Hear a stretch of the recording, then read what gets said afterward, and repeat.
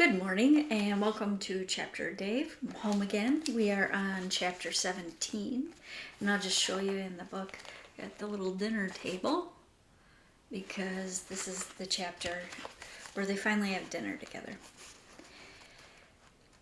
Leaf and Mary and Robert conspired to ensure Poppy ended up sitting next to Garrett.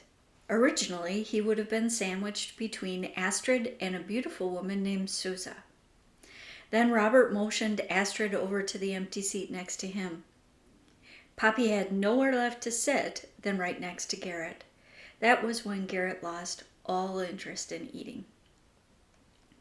She smelled of sunshine, vanilla, and grass she'd freshly cut earlier in the day, pieces of which still dotted the bottom of her jeans. Apparently, she hadn't bothered to change for dinner. He had, 5 times. He tried on each of the shirts he'd purchased from the dockside before settling on the short-sleeved swallow print shirt and a pair of dark jeans tailored more tightly than he was used to. That wouldn't otherwise cause him much consternation, but the fact was Poppy kept brushing up against him, and her warm thigh was pressed against his by necessity. The table was either way too small, or there were way too many people seated around it. Garrett was certain if he was close enough to touch and smell Poppy, he'd be having the problem with the tight-fitting jeans regardless of how many people were eating with them.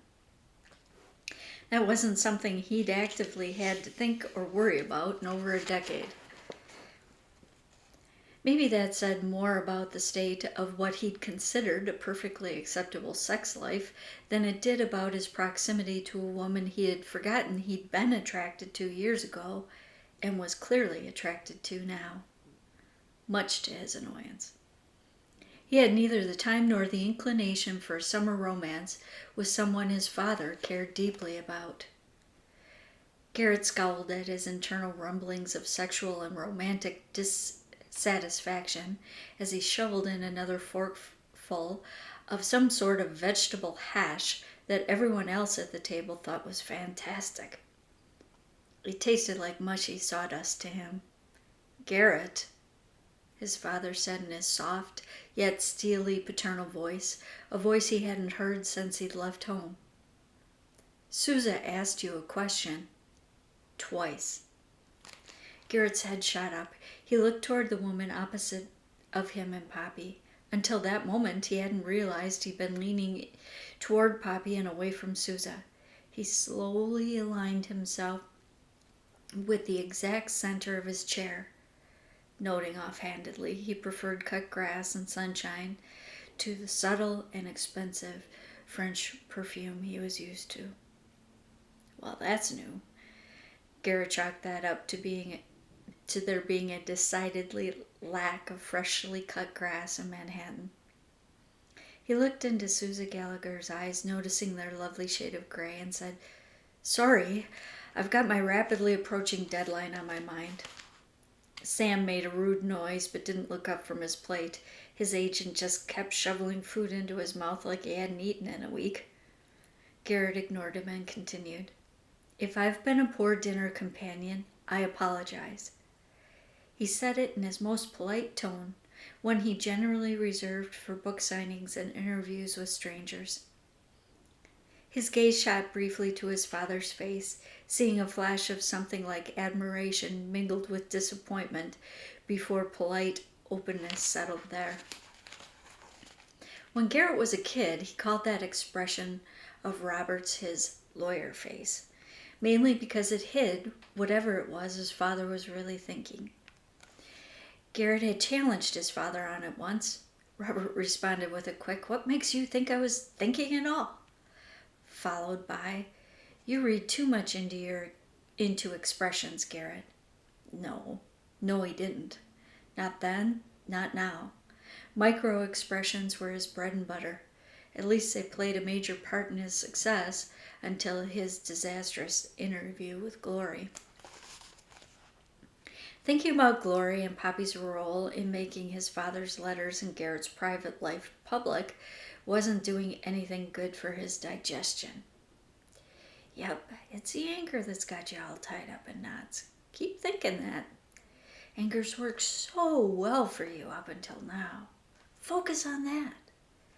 Garrett took a deep breath, settled his anger and his libido, and still said more sharply than his attempt at centering himself should have allowed, I missed your question. Sousa smiled beatifically at him.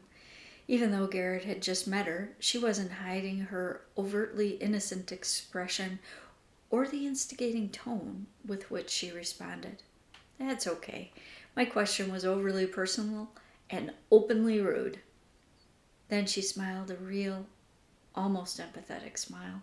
It was a kind of smile that showed everyone, with the insight to really look, that there was a depth and a streak of bone-deep kindness under that overtly beautiful face.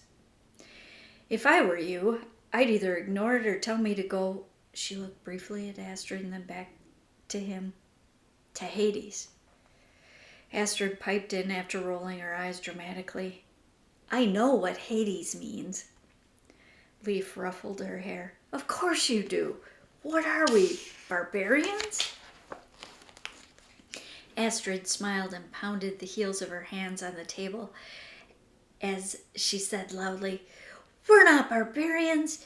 We don't know any stinking barbarians. Off with their heads. Them dads calls us barbarians. Garrett laughed. He couldn't help it.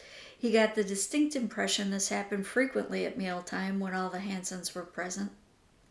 His guess was proved right when every member of the Hanson family struck the table with the heels of their closed fists and said in unison, Who you callin' barbarians? We're no stinking barbarians. We are the mighty, mighty Hansons. We eat the bones of them that calls us barbarians. Garrett sat back in his chair, hard pressed to decide which surprised him more, the genuine love and affection they felt for each other, or the look of soul-deep love and genuine joy shining in his father's eyes. He hadn't seen that look in so long it was almost foreign. Almost, but not quite. That squeezed what was left of Garrett's heart hard.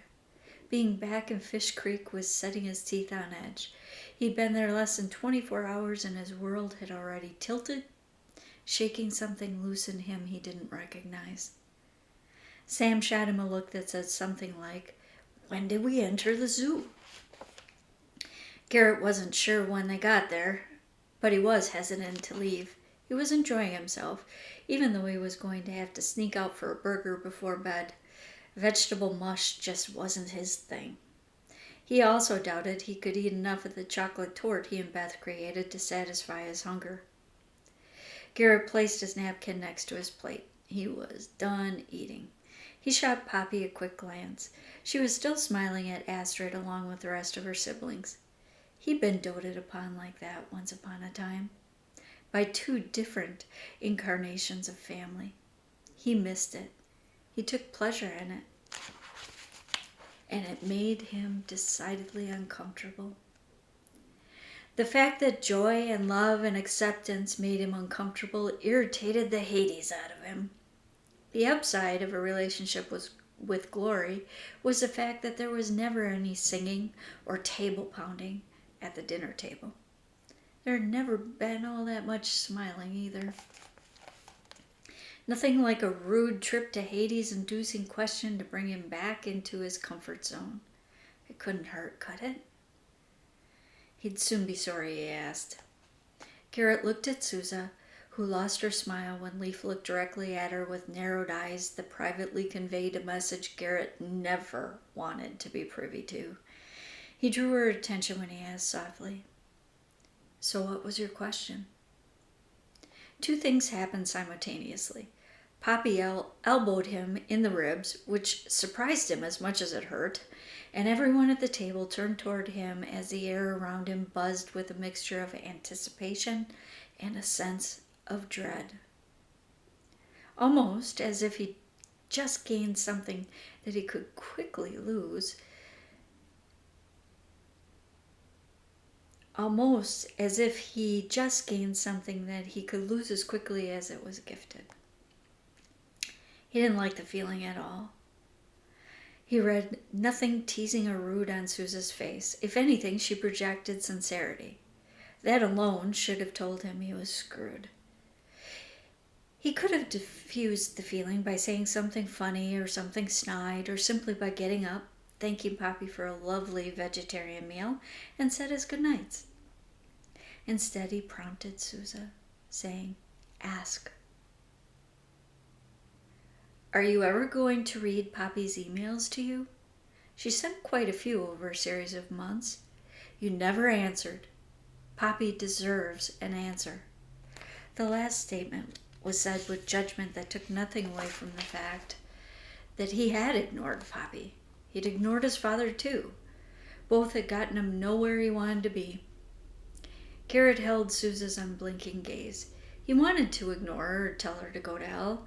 He wanted to tell her she was right, that she had been rude. He wanted to say goodnight and pretend Sousa's question didn't merit an answer. He knew right then he was going to write about friendship, its intricacies, and its willingness to put yourself on the line for someone you care about. Sousa was being a true friend. She was also forcing the issue with her calm, cool, patient stare. Garrett broke eye contact with her long enough to ask Sam to send Poppy's emails to his laptop. Sam took out his phone, tapped and swiped and scrolled, then looked up at Garrett. Done. Garrett stood. He looked down at Poppy and said, "Thank you for dinner." He looked around the table slowly, capturing everyone's gaze. "It's been enlightening meeting you all." Poppy moved to get up. Garrett stopped her by placing a palm on her shoulder. "Don't see me out. I know where I'm going." When Poppy looked up at him, he detected an embarrassed apology on her face. Garrett smiled down at her, wishing he could kiss that look right off and replace it with the sass he'd seen briefly light up her face earlier in the day. He didn't want her embarrassed by anything when she was with him. He didn't question that. He simply acknowledged that feeling for the fact that it was. He nodded toward his father and turned to go. "Come on, Mayhem. Time to go. We have emails to read." Garrett was halfway to the door by the time Astrid's sweet voice corrected him. "It's Princess Mayhem." Garrett grinned. Whatever else the evening brought, he was going to soldier through it with a canine princess by his side. All right, so chapter 17 in the books. And tomorrow's Sunday, so I will see you on Monday for chapter 18. Thanks for spending some time with me, and have a wonderful weekend. Bye.